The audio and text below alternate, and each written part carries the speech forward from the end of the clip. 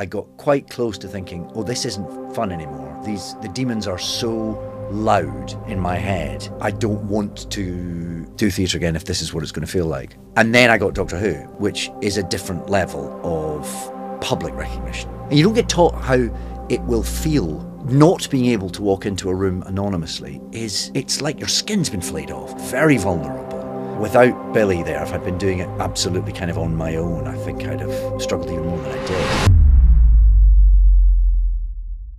David. Hi.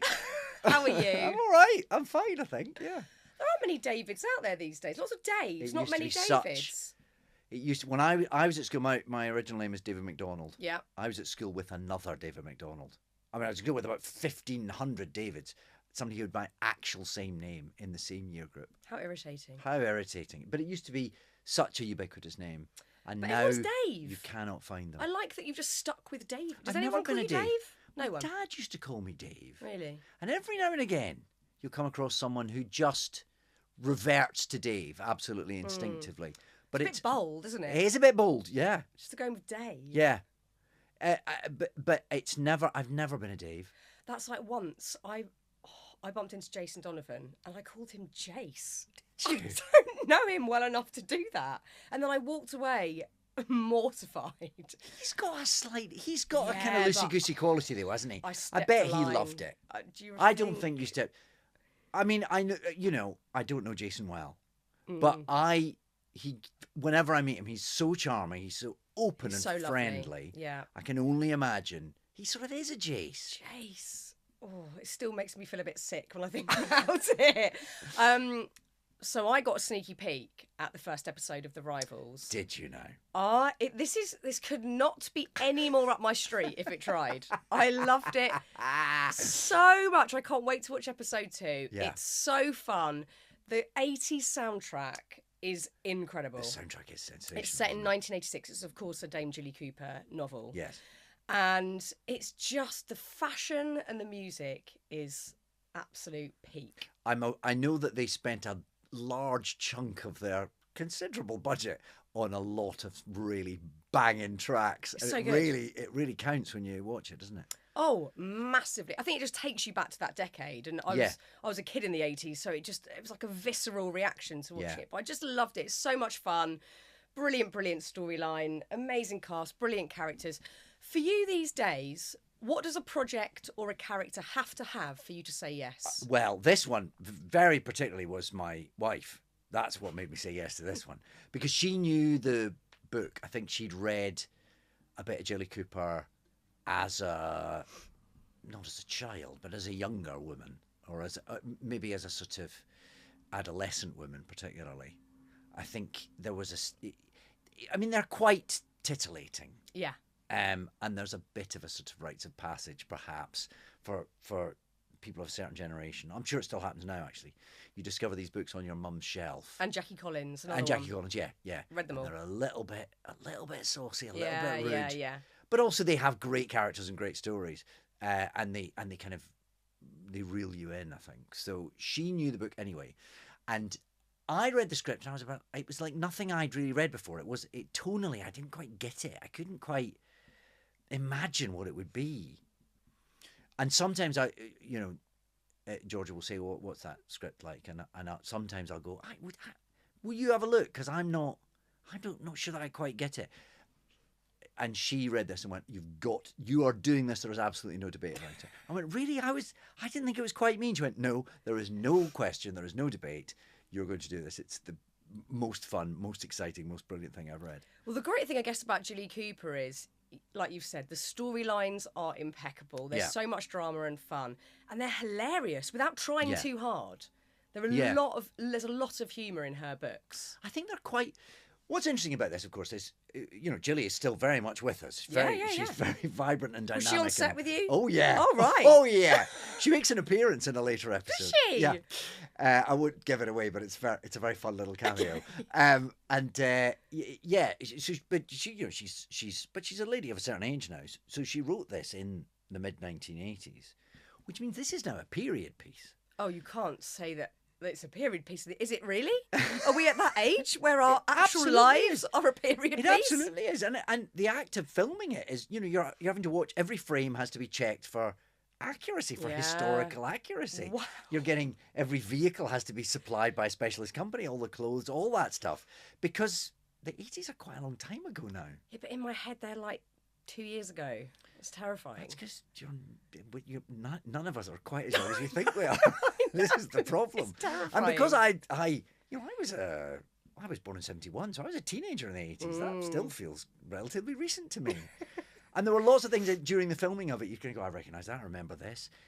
And then now and again, like, there's a point where there was an ambulance on set, and it was a genuine 80s ambulance. It looked like something from the war. Wow. At that moments like that, you realised, it's 40 years ago. Yeah. It's not recent anymore. I love that element of watching it back. There was some footage where I'm thinking, was it real footage? It was like a bit of sort of street footage. And I was like, that looked like genuine 80s footage. I don't know if it was I don't think there is any genuine footage in it. I mean, there's things like the genuine Concorde, because Concorde exists in a museum, and they let us go in and film on it. Really? So we're in the actual Concorde for the scene in Concorde. That's so cool. Which is great. It was quite pokey, turns out. Were you ever on it in real life? God, no. No.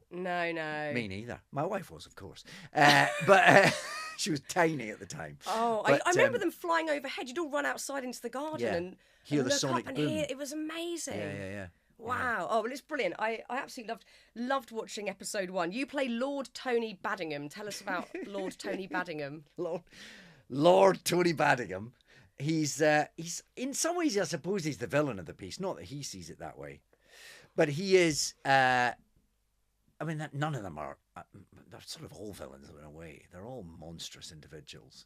He owns a television station, Corinium Television. This is back in the days when ITV wasn't one homogenous thing. It was split into regional television stations, which all fed into the main ITV. So you had London Weekend Television, you had Granada in north of England, you had Tyne Tees, you had Anglia. So it's a fictional version of one of them, and there used to be a great competition for these franchise rights, and this sort of takes place over franchise renewal time. So Tony Baddingham is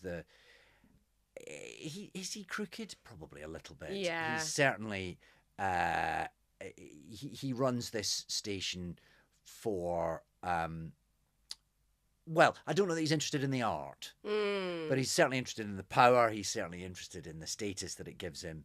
And his main competitor in life, and as the series goes on in television, is Rupert Campbell Black, who is this sort of superstar MP. He's a kind of, I mean, we do not have an equivalent these days. He's a sort of sexy, roguish, awful, but everyone wants to be him. The men want to be him, the women want to be with him. That kind of a character, played by Alex Hassel with great swagger and charm. He sort of takes his shirt off and everyone melts. He's that kind of a character. And Tony's doesn't have that natural charm. Neither does Tony have, and of course in the world of a Jilly Cooper novel, this is very important, neither does Tony have the class. Tony's from a grammar school. He didn't go to school. He didn't go to, he doesn't have that, the blue blood in his veins. Yeah. And that, in Tony's world, it's very painful to him. Yeah. And something that he can never quite be at the top table, and that's something that he spent his life trying to rectify. Yeah, you can sense that insecurity in him, which is usually the driving force for most bad behaviour. Yes. Is insecurity in people, and I loved sensing that in him. The cast, as you've mentioned, is incredible. Yeah. You've just got so many great people in this cast. Danny Dyer. Danny's brilliant. You've got Aidan Turner, Nafessa They're all Williams. brilliant, yeah. I mean, it's an all-star cast. What's the difference between working with a TV cast to a theatre cast? Because I'm imagining it's more close-knit in theatre because you are all sort of lumped together. Do you get that sort of sense that there's a difference between the two? Sometimes you do. It sort of depends. Obviously, you're right. With a theatre show, you all turn up every night at the theatre and you're all there together. And even if you're not in scenes with people, you are backstage with them. You're part of this little group. When you're filming something, it's not necessarily the case because you only turn up for the scenes you're in. Yeah. Obviously, so there'll be some jobs there'll be other characters you never meet, and you can sometimes meet them at the press launch for the first time. This was a bit of an amalgam in a way, because it's quite a tight ensemble. Kath, there's a lot of characters, but we're all in it a lot with each other. So there was a real sense of camaraderie about it. It's a really joyous bunch of people. Partly by chance, partly because I know that the producers sort of set out. They did a lot of due diligence, checking people out. Producers and directors always say that, oh no, we're only going to assemble nice people. It was genuinely true on this, and there was a lot of checking people out, phoning people up. You worked with this person once before. God, that's good. Yeah, they did a lot of that, and it really, really shows. I did not know that sort of thing happened. You just assume it happens more and wow. more. I think people are a bit fed up of bad behaviour. God, yeah. Well, it's just There's not really any excuse for it. There's no excuse for it. And also, I think you watch a show like The Rivals and you can sense that joy, that everyone's getting on and there's a bit of mischief amongst the cast. You can sort of feel that, and you can't buy that stuff. It's got to be genuine. Yeah. And it was a genuinely joyous experience. How brilliant. It could have been awful, I suppose. You know, if there'd been a few personalities that jarred, and not many of us knew each other. I mean, some people had crossed paths with people before. There was a couple of people who'd maybe worked together a couple of times. I'd worked with Claire Rushbrook once before, but I didn't know her well, you know. But it just so happened that it was a group of people who just sort of fell in love with each other. So How good. It made what could have been a long, difficult job into something that was utterly joyful. How brilliant. I mean, your career has been unbelievably diverse. You have done every end of the spectrum, from The Rivals to playing Macbeth on stage. What do you get from theatre that you don't get in TV? Doing a very serious Shakespearean play, it's a very different flavour and tone to doing something like The Rivals or Doctor Who. What do you get from theatre you can't get in telly? I suppose it's just it's quite a different job. Yeah. I mean, they're all pretending to be somebody else. But beyond that, a sort of live theatre show is a very intense couple of hours every evening where you're trying as a group to kind of create this thing that you suspend in front of an audience, and you have to create this bubble of reality which lasts for a very specific, very heightened period of time, whereas filming is a completely different pace. You do a take which lasts 30 seconds and then you'll stand around for 5, 10, 15 minutes, half an hour. They move lights around, you do it again, but it's just got a very different, it's just a completely different situation, actually. They have very different paces, very different rhythms, and I love that I get to do both. I very much enjoy the variety of that and the way that one complements the other, I think. Yeah, I can imagine. And theatre is such a crazy discipline. Not only is there remembering just swathes of script, I don't know how... I mean, do you have a technique to do that? To get those words in your head? No. No, there's no magic trick. It's just the boring bit. It's just boring. It's just boring. Yeah. Yeah. And people keep saying, how do you learn your lines? Because I think people want there to be a skill to learning lots of... Because it would be very useful if photographic memories were real things. Especially with Shakespearean text, because that's not something that you could, off the cuff, ad lib if you go off on a tangent by mistake. You've got to stick verbatim to this stuff. Yeah, you so there's do. Extra pressure.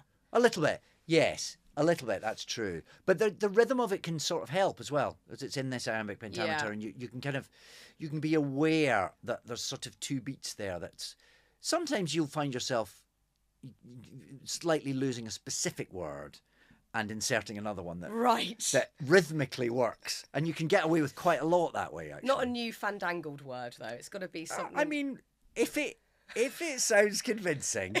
And you can do it without missing a beat. Or maybe if you roll an R while saying it, then anything is passable as old, isn't it? Yeah. Sounds archaic. It sounds very archaic. I can imagine that you've done many Shakespeare plays now, that they are very nerve-wracking to execute. Just before you're about to start, do the first run or maybe even the press night, what are the nerves like? It does vary show to show, and you can't always tell which are going to be the more terrifying ones. But it is absolutely bum-clenching, yeah. Oh, yeah, I bet. Yeah, especially that first time you do it. And some performances that gets easier, some it doesn't. But I don't know that Shakespeare is necessarily more nerve-wracking than something else. I think it depends on the circumstance. I did a play a couple of years ago called Good, which was a relatively modern play about the rise of the Nazis in Germany in the 30s. And it was there was only three of us in it. Three of us who played a selection of characters, and we were on this tiny little stage, and we had to come through a bit in the back wall that they then closed behind us, and every night we heard it locking. Oh God! So we'd come on stage and the lights would go down. With the curtain was in front of us, the wall was behind us, and you hear it go clunk. No going back. And the three of us were, we knew we just had each other for however long it was. That's the most terrified I've ever been in any play, and it never got easier. We did 12 weeks, and the three of us were absolute wrung out dish rags by the end of that. Does it border on anxiety? Oh my borders! It's right there. Oh right, yeah. It's right there, and at its worst, you're in the middle of a performance, and you're composing the speech you're about to make to the audience about how you have to stop, and that you can't go on because it's the fear that your brain will just give up. Yeah. That your brain will just go, because it feels so intangible, doesn't it? It feels ephemeral. You can't hold a piece of paper that means you know what comes next. You just have to trust memory, which is such a nebulous thing to grab hold of, that if you think about that too much, it starts to become a sort of self-fulfilling prophecy. Yeah. If I think about even driving too much, my feet go, wait, what foot's pressing what pedal hit? Yeah. Like you have to almost not think. You have to trust the instinct after. It's almost a meditative state that you must get in. Absolutely. And a lot of it is to do with managing that anxiety. Yeah. And how do you manage that anxiety? Well, I don't really have a single answer to that, and sometimes I feel like I don't. And that play Good, which I loved and I'm so proud of, I'm so glad we did. It's a brilliant piece of writing, and it was a great production with two other actors who I just think are brilliant. So I look back in it very proudly, but the act of going through it was pretty miserable actually at times, because it was every night I thought I'm going to be in a state of such anxiety every night. And Macbeth, funnily enough, which was the play I've done most recently and we're about to do again, wasn't like that. Wow. I mean, I'm not saying it was without anxiety, because it absolutely was, and that's part of you want enough. Yeah. Because it keeps you on your mettle. And it it wakens you up, and it can actually be quite inspiring sometimes and quite creative, that level of anxiety, but just enough. Yeah. You don't want to be spending your whole time dealing with your own demons, because that doesn't feel very productive after a certain point. No. And for some reason that show didn't feel like the one before. There's no rhyme or reason. No, I think it's also partly where you are in your own life. Yeah. It's partly what that particular production means to you, whether you feel on top of it or it feels on top of you, and that again is quite a difficult thing to navigate or to second guess. And it doesn't always make sense. No. I mean, I've thought about this a lot, because I've absolutely had those moments where I'm, like you say, writing this speech in my head of what I'm going to say in the middle of presenting something or hosting something on stage, and you feel like, oh God, my soul's leaving my body slightly here. I need to explain what's going on or why I've stopped or whatever. And I haven't luckily ever got to that point, but I've been bloody close. Yeah. And I think I've then gone into a bit of self-analysis as to, what is the fear? What am I actually scared of? Is it being judged by other people? Is it being seen as a failure? Yeah. Is it not reaching my own potential? What is that fear? I don't know if I've landed on it personally. Yeah. I wonder if you've thought about that. I think, well, certainly in terms of doing a play, I think because it is that slightly nebulous thing of trusting memory, which you can't really, I mean, you can't sort of take your brain apart and have a look at it like an engine and trust that it's all working. You just have to rely on the fact that, well, it's worked before. I hope it will still work now. One day it might not. I think that's the thing. And that you'll self-sabotage so much that you'll somehow mess up. I'll say mess up. Am I allowed to say anything? What's you the can swearing? use all the swears. You can use all the swears. Yeah, no rules. Yeah, the idea that you might fuck up, and that will feel sort of game changing, and that once you've gone there, you can never quite come back to a place of any kind of safety where you rely on yourself enough. Yeah. I think it's that. And interestingly, with that other play I was talking about when I was doing good, I got quite close to thinking, oh, this isn't fun anymore. The demons are so loud in my head that I don't want to do theatre again if this is what it's going to feel like. So interesting, because the reaction would undoubtedly be from any audience, certainly for you, but I think for most people, total empathy and understanding, because they would only see the humanness in you rather than, you know, you're a sort of performing machine. But of course, it's still extremely uncomfortable to go through. But also, because also that's your job. That's what you're there to do. Yeah. You don't want to. There's a sort of sense that if I were ever to go there once, then I could go there again, and then therefore.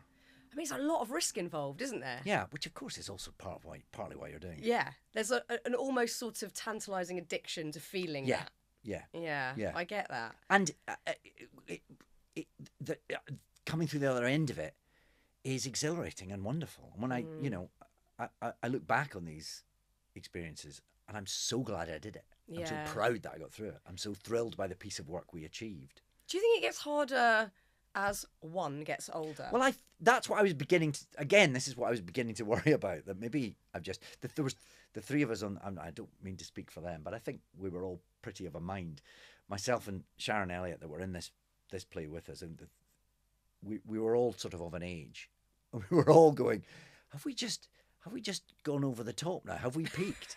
Is it now just? Does it now just get worse and more difficult? I don't think it's about getting worse. I think that when we're younger, and you know, you started acting at a young age, I started in telly very young.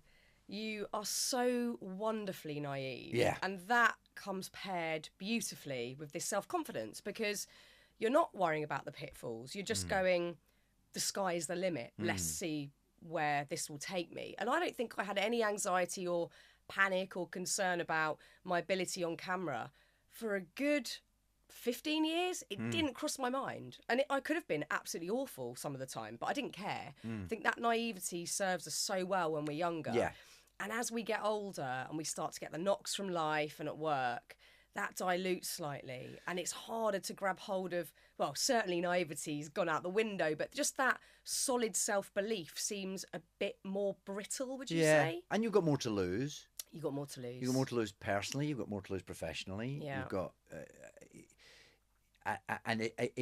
as you do sniff mortality, you don't want to let it in, I suppose. Whereas when you're 20, you're just going to live forever, aren't you? You're going to live forever, and everything's fine. Yeah. But then I think maybe the awareness of that helps all of us, whatever job you're in, to perform slightly better, because you're not anywhere near complacency.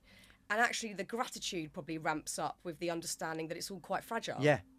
And there is definitely if you can get the balance right, so there's just enough fear to keep you sharp, that's exactly what you want. Because like you say, you don't want to be rolling in complacently. No. And you don't want to be thinking this is easy, ever. No. Because then you stop striving and you stop... Get bored. Working, yeah. But just keeping it tamed is the real task, I think. It is. It's really tricky. If you're having a time or a bout where you're lacking in confidence, what would you do to help yourself? Oh, I don't know that I've got a good answer to that. I don't know that I've ever figured that out. I've just sort of gone through times when I have been feeling a bit more like that and kind of just pushed on until that recedes. Maybe I've been lucky that it's never toppled over to the point where it absolutely paralysed me. It has felt like it's come close now and again. But I think I've always managed to just stay on the right side of pushing on through until the kind of the ship turns enough for you to feel like, oh, I'm a bit more on top of it for a while. Which is a really interesting answer, because it's giving yourself the time to sit in it. Yeah, I suppose, but yeah, but only just because I don't really know how else to do it. But I think that's really cool, because I think a lot of the time we are all searching for a quick fix or this one thing we know always works, and then often we're let down because it doesn't. Yeah. And actually, what we're all guilty of is not allowing ourselves to just feel the horrible feeling. We're like, I don't like this. What can I do to make it go away? Yeah. Whereas actually, a lot of the time, like you've just said, if you just sit in it for a bit and go, God, this doesn't feel great, and then the ship turns and you're out the other side. Yeah. And I suppose that's one of the advantages of getting older, is that you recognise some of those feelings when they recur, and you know that they're not necessarily terminal. Yes. That you can, I felt this panicked before, and it ended up being okay, or it didn't, and it certainly didn't kill me because I'm still here. Yep. So I suppose there's a bit of that, just that thinking, and that can certainly be in those, talking about being on stage, in those very extreme moments when your brain is shouting at you. You're going to have to stop because you don't know what's next, and you're going to let everybody down, and it's happening now. It's happening now. It's happening now. It's at the end of this scene. When you get to the end of this scene, there's nothing else. I've got nothing. It's gone. It's over. And you start composing the speech to the audience. And that's happened enough now. Yeah. That on some level, even though I'm feeling all that panic and the rising horror, I can go, this isn't new. I have been here before. Yeah. And I was all right. I like the. But it's not going to be all right this time. I love the look into your brain. It's not dissimilar to mine. And I think you do go. Well, I certainly go. Oh, boring. Here we go again. Here it goes again. Yeah, if you can be bored by it, it's quite useful, boring. Isn't it? You can sort of tame it that way. It's so boring. But it is really boring. I mean, I get it in equal measures, not just in sort of extraordinary work situations, because I think stuff like this now, it's just pure enjoyment for me. I love doing stuff like this. I'm lucky enough that voice in my head isn't that loud. Yeah. But if I was to be placed on a TV show that I wasn't comfortable with, oh God, all the voices would be shouting in my head. Yeah. But I equally get it in really mundane settings, like, going out for dinner with people, or at the school gates, or bumping into someone in the street. It can be quite loud then. Yeah. Oh, yeah, absolutely. It's not just work stuff. It's like it pops up when you don't want it to. Yeah. So annoying. Yes. Oh, you're doing small talk now and you don't know how to keep it going. Yeah. Oh, you're going to have to. This is going to stop and it's going to be on you to keep it going, and you've got nothing. I hate small talk so much. My God. Yes, being a normal human is really almost more weird. difficult. It's so painful. Yeah. And that's boring. Yeah. I find myself asking the boring things that I don't want other people to ask me about, like holidays and stuff. And I you know, just do but it. you've got to do a bit of that. You've got to do a bit of that. You've got to. Yeah. Oh, God. It's really hard being a human. God. I'm really well. So one thing that when I was googling you. Okay. Oh, good. Oh, good. All of these facts will be real. So I googled that your first job was for an anti-smoking commercial that was shown in schools and TV. Oh, interesting. Yeah. Okay. My first acting job. Your first acting job. Was that my first actual paid thing? Probably was, actually, yeah. Because I was only 16, I think. That's incredible. I never had a paper or anything before that. That probably was my first actual job. Do you think the excitement of any other job has given you the satisfaction of getting that gig? That's interesting. Yeah, I think it probably has, because I think, like the thing you were talking about earlier, the kind of idealism, the carefreeness of youth meant I'm almost more thrilled now that people still want me to do things than I was then, because then you just thought, well, obviously, yeah. This was going to happen at some point. Of course. Yeah. And it was only an anti-smoking film for Glasgow City Council. Yeah, but it was you're being paid. I was being paid, and there was Amazing. a camera pointing at me, and it was an anti-smoking film for a very. I think I was 15 when I did it. Maybe I was 16. I think I was 15.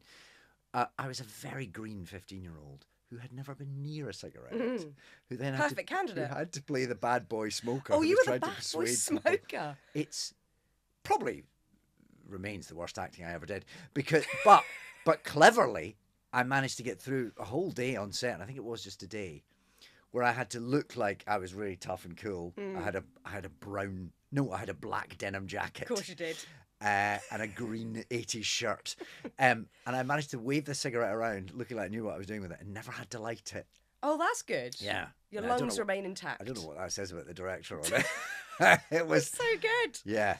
I mean, not long after, you were doing all sorts of incredible plays and joining the Royal Shakespeare Company and... Well, I had drama school in between. And that was a big sort of change for me, because I went from someone who didn't know anyone who did acting to being surrounded by people from all different walks of life, and a lot of older people as well, because people come to drama school often not necessarily as the first thing they do after school. So you have a whole range of people with a whole range of experiences, and some have had already gone off and done things, and I was so new. I mean, I'd done an anti-smoking film for Glasgow City Council, but other than that, I was very sort of fresh-faced to it all. So that, just being amongst people who wanted to do the same thing as me, and in many cases had done so much more than I had done, and had lived life more than I had done, they were the most formative years for me, those 3 years at drama school. And do you think, having known from a really young age that that's what you wanted to do, you're very focused on that being the dream, when you went to drama school or started with the Royal Shakespeare Company, was it as you had imagined it to be? I don't know that I knew what it was going to be, other than I knew I wanted to do it. I mean, it certainly was just such a thrill that I managed to get there. Because with acting, with lots of things, I suppose with a lot of the creative industries, they're very oversubscribed. And I didn't know people who'd been actors, so I had no precedence for understanding how a career like that might work. I just decided I wanted to do it. And therefore everyone around you went, well, that's not, you can't do that. And then statistics would come up that, only 5% of people who are registered as actors actually make a living at it.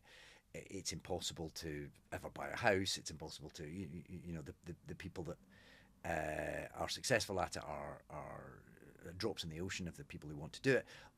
So there was a lot of, one was constantly being fed information that told you weren't going to be able to do this. So make sure you've also got, like I ended up going to drama school and did a degree course, which would also have allowed me to convert to a teaching degree. Partly because I just kept being told that I wouldn't be able to make a living at it, and that I needed to have a proper job somewhere on the horizon. And I suppose I could always be a drama teacher. Did you have one of those career advising sessions at your school? Yeah. I remember having one of those. Yeah. What did they suggest you do instead? I don't know that they had a suggestion. I remember they gave me some photocopied sheets that Mr. Bowman, who was also the French teacher. Right. I mean, I don't know why that qualified him to do careers, give to careers work out advice. your destiny. And basically what he seemed to do was go through a folder. I mean, we didn't have the internet in those days. Yeah. Go through a folder of photocopied sheets and go, oh, I think that says acting on it. Have that. Yeah. I think that was it. I think that was the only one he'd ever handed out. Yeah. And it didn't really, I don't remember Didn't chime. particularly changing my life direction. No. When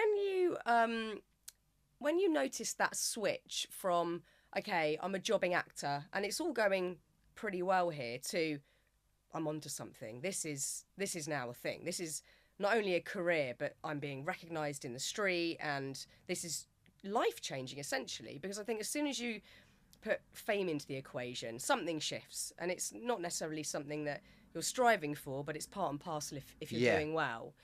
How did that sit with you? Because I think the strange thing, certainly about the fame element, especially when you're an actor, like for me, I'm a presenter formally, so it's my personality, but you can choose to have a very private life if you're an actor. But when fame comes into the equation, people then meet you with certain assumptions.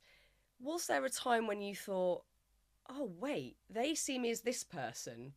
Does that match up with who I know I actually am? And there being a bit of a discord between the two? I think I did struggle a bit because I'd been working away pretty consistently for quite a long time, reasonably successfully. I was sort of within the industry. I was relatively well established, and then I got Doctor Who, which is a different level of public recognition, and I was aware that would happen. I mean, I'd done some things where occasionally somebody would recognise it, but it's completely different because Doctor Who is public property and it's loved and it's adored and it has a level of attention focused on it from the press, from the public, from everyone, everywhere. It's cross-generational. It crosses the socioeconomic divides. It gets attention from everywhere in society. Not everyone loves it, but most people know about it.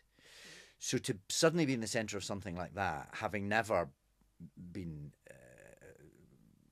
ubiquitous, it was pretty sudden, and that did take a bit of adjusting because you don't get taught how to do that, and you don't get taught how it will feel.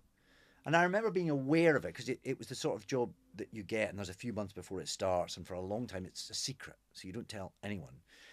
And I remember during that time thinking, I was doing a play in Edinburgh, and I remember there was a bit backstage towards the end every night where I used to stand there going, the next time I do a play, it might be different. The next sort of life's about to change, and some of that's really exciting. But you don't know what it's going to be, so you sort of imagine what will losing one's anonymity feel like. And I think before you do, and maybe I've got quite a unique experience in some ways because it happened very suddenly. I'd been working as an actor. My job didn't change, but life really did. And maybe that gives you a certain perspective as to see what that... I think from the outside, one imagines that might be quite empowering. That sense that, because I've been on the other side of it, when someone walks into a room and everyone notices, there's a sense of you imagine that person must feel very, very powerful, very strong, very confident, very grounded. And then when suddenly you're that person, it's completely the opposite. You not being able to walk into a room anonymously it's like your skin's been flayed off. You feel terribly insecure, very vulnerable, very visible. And that happened pretty quickly. I was very blessed that when I was on that very specific start of that journey, I was working every day with Billie Piper, who is a wonderful human being and who had run the gauntlet of being public property since she was a terrifyingly young age and had been through all manner of pretty rough times coming to terms with that. By the time I got to know Billie, and she was still only 21 or something, she had lived 4 of those lives and was a great person to just not dispense advice or anything like that. That's not how Billie would be, but just to sort of hold your hand and just kind of be there and to acknowledge what you were going through and to understand it so you could have a shorthand about when things were difficult and what might be a good way into a situation in purely practical terms and in more sort of emotional terms, I suppose. So that was really helpful. Without Billie there, if I'd been doing it absolutely kind of on my own, I think I'd have struggled even more than I did. Yeah. But it was difficult, and it definitely cost me a bit, and it definitely I had to go and get a bit of help with a bit of it after a while, because I think you just need to understand what that, because this is an obvious pat thing to say, but you don't change. No. But how everyone's attitude to you does change, and that takes a bit getting used to. Well, it is still this sort of strange myth, Fame, the whole thing, and you see how people react around it, and extremely famous people, sort of people lose their minds a bit and don't quite know how to act or if they can just be themselves around the famous person or whatever. And inside all of that is just a regular human with all sorts of thoughts and demons and things going on in their head. So it is a strange thing when you are experiencing that, having witnessed it. And we're all, and I was older too. I was in my mid-30s. I mean, fuck knows what that's like if you're 22. I mean, you were very young. I was very young, and I think I still find it completely absurd and weird. And, I can go about and not be recognised, and it's great. As soon as I open my bloody mouth, it's usually the moment where heads turn and like, wait, I know your voice. Like, oh, she just whispered. But it's a strange thing. And I think there is still this myth, because we see it on reality shows constantly, that there might be some pot of gold at the end of this fame rainbow where you go, oh, now I feel complete. Now I feel confident. And actually none of that stuff happens. You just get recognised a lot. And depending on your mood that day, it can be pleasant, you can be indifferent about it, or it can feel awful if you're in a bad headspace. So it's a really complex subject, and one I think we don't look at enough, because we just go, oh, fame's great. Look at all the people out here who are famous and shiny and how wonderful it all looks. And it's obviously not the case. It's a fascinating subject. When we look at Doctor Who specifically, that you've told this story on other platforms, I know, that you were a Whovian practically from birth. You know, you love Doctor Who from such a young age. It's your first TV memory is watching Doctor Who. And I've heard people quiz you about this sort of fate and destiny element to things. But I wonder if a lot of it is real knuckle down manifesting. Because you were imbibing that show and thinking about it with such fondness that you attract, and you didn't even just attract it in terms of you became Doctor Who. Your father-in-law was Doctor Who. Yeah. Your wife's been in Doctor Who. Like your life is so Doctor Who-ish. It's outrageous. I feel like I used to watch Live and Kicking and just be like, I'm in love with Zoe Ball. I don't know what to do. And I watched it unlike other kids. I wasn't just going, oh, this is fun. I was studying it. I was obsessed by it. And I think that has helped me bring it into existence in my life. Yeah. How do you feel about manifesting? I suppose I'm instinctively skeptical that it's a thing. But I take your point in this particular set of circumstances. I don't know. I mean, I certainly, I was obsessed with Doctor Who. I loved it more than I loved anything else. And it was a huge influence on me wanting to become an actor. And yes, probably when I was a kid, I thought, and I will, one day I'll play that part specifically. That's where I'll end up. That would be great. But then the idea of becoming an actor matured along with me. Then Doctor Who wasn't on the telly anymore, so it wasn't something I was actively thinking about. So then after that, it was, I suppose, a series of unlikely coincidences, which led to... I think there's something... I wonder, actually, if there's something about Doctor Who specifically, something about... And this is not something I have a particular answer for, but it's interesting how many people who now work on Doctor Who were Doctor Who fans like me. How many people whether it just sets a particular... There's something about the imagination of the idea that sets a particular fire alight in a particular strain of creative people. Because Russell T Davies that's how he grew up, and now he runs the show. Stephen Moffat, who was the other showrunner, Chris Chibnall, who was the third showrunner, they're all massive Doctor Who fans, probably bigger than me, growing up. They were all inspired to write by Doctor Who. There's a lot of people who work on the visual effects who were inspired into that side of the industry by Doctor Who. A large number of actors, and often actors / writers like Mark Gatiss, massive Doctor Who I love fan. him. Yeah. So maybe there's just something about that particular show that means when that generation grew up, they were interested in making either shows like that, or indeed in Russell's case, that show. Yeah. And maybe there's something about my acting that is inspired by that character. Because I wanted to be that. There's something that character is so brilliant, and he's heroic, he's clever, he's funny, he's got all the best lines, he thinks quicker than anyone else, and he's not a jock. And that was something that as a kid meant so much to me, because I had glasses that were sellotaped up at the leg. I was not sporty. I was not the strong one. I was quite fast. I could run fast. And again, the Doctor tends to run fast. Yeah. So there were a lot of bits I could glom onto that character and think, oh, I could be the hero of this story, even though there's nothing about me that feels remotely heroic. But there's something to aspire to in being clever, brilliant. Not the strongest, not the one who can beat people up. because that was never me.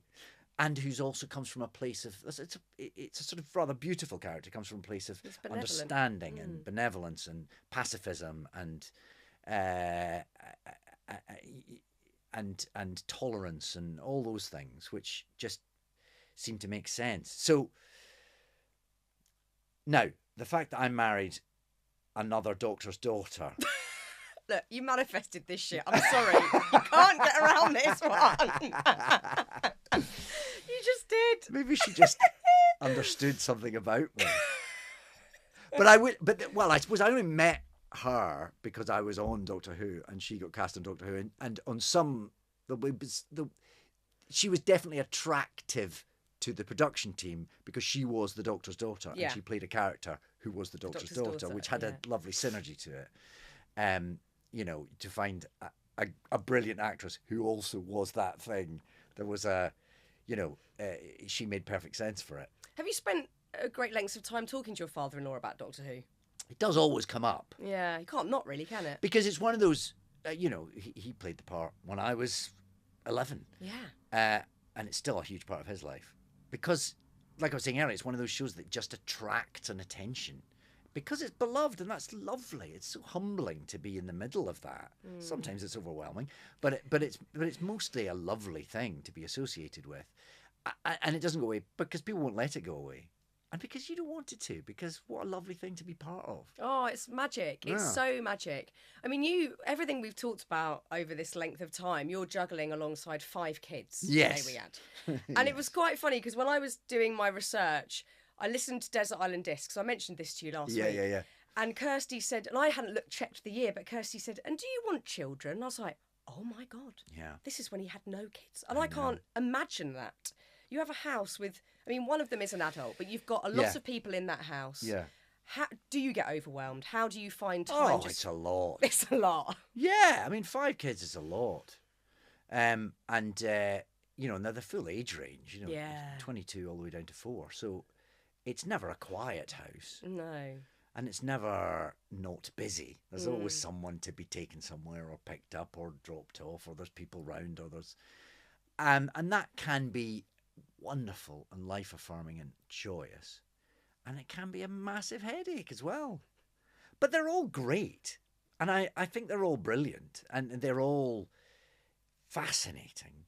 And when they start being themselves... So cool. Hang on, I have no agency over this thought you just had. What? I know, isn't that the most crazy moment of parenthood? Where you go, oh, you're a little human being who just turned up like that. Yeah. I thought that I was telling you how to be a human. Yeah, quite. But we're not. And they teach you how they are going to be. I love it. And who they are. And you have to learn to just let them be.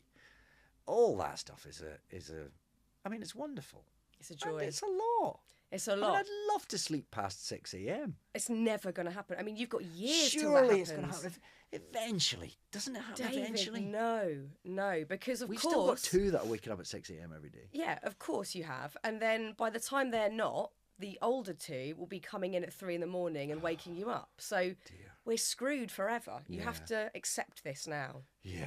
That we are screwed for life. People keep saying it must be great because they must start to babysit each other, and you went, I wish that happened. No. I don't feel like that's happening at all. No.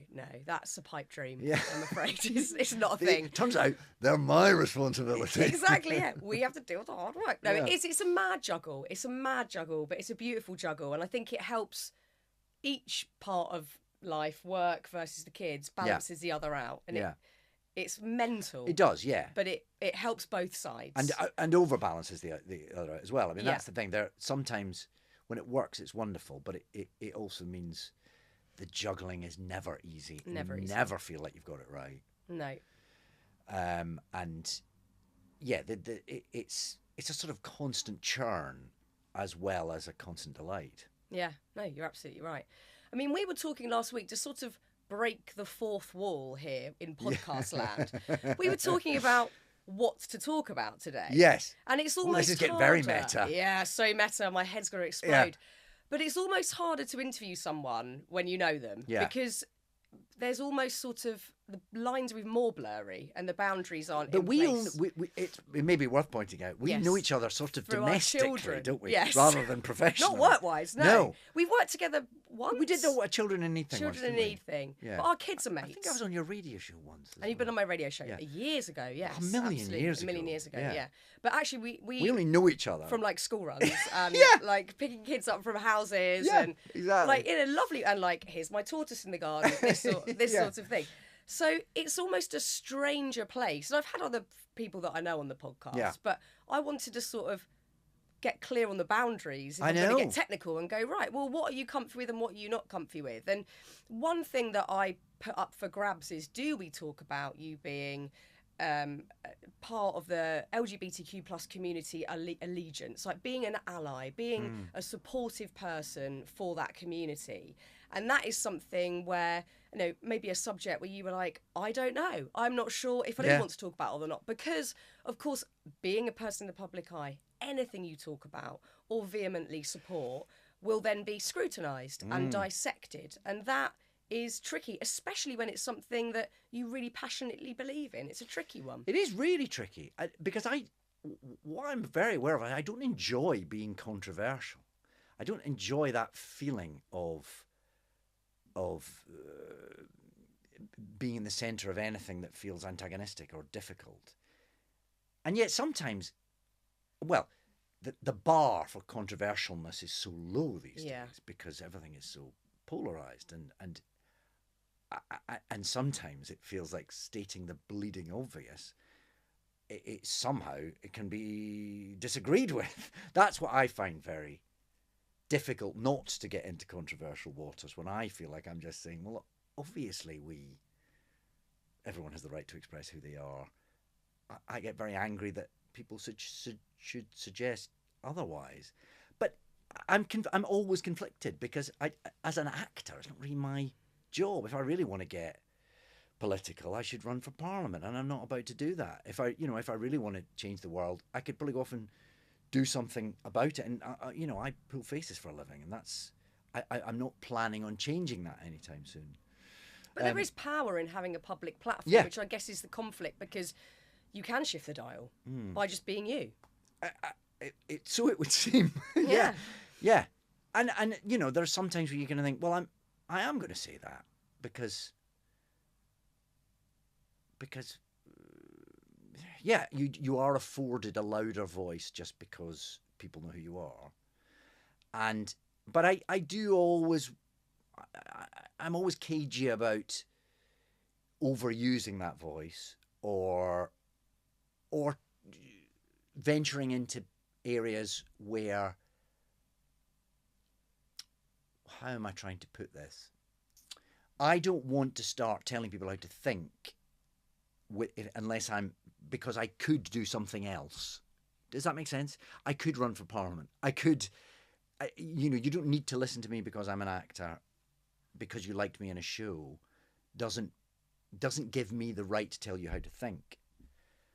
But sometimes knowing your voice helps a community that is often struggling. Certainly it's a beautiful thing. Certainly in terms of anything I say in support of the LGBTQ community, it just feels like common sense to me, and I find it ludicrous how some of those conversations have been weaponized and turned into an element of the culture wars, especially when I see people doing it for what appear to me to be disingenuous reasons, especially when it's weaponized politically to make an already marginalized group more marginalized for the sake of someone's poll numbers. I think is disgusting, and I think that needs to be countered. And as long as you're not hurting anybody else, why should anyone else have a say of how you live your life? Yeah, I don't get it. I get that it's. I sense that conflict inside, because you want to support and you want to be there, and you obviously want to. Well, we all do. We want to see a lovely equal society where everyone's safe and feels accepted. Yeah. But you can't step into that arena without fear because, as you've said, you know, the landscape at the moment for saying anything is really treacherous. Yeah. So you know you're possibly walking into potential stress for yourself. Yeah. So you put yourself on the line to do so. Yeah. I think, though, especially when people are punching down, you just think, well, it's not going to cost me. I'll be okay. I'm a sort of white, middle-aged, pretty privileged bloke who doesn't have to run some quite scary gamuts here. So I think there are times when it's just, you just have to say something. Yeah, without a doubt.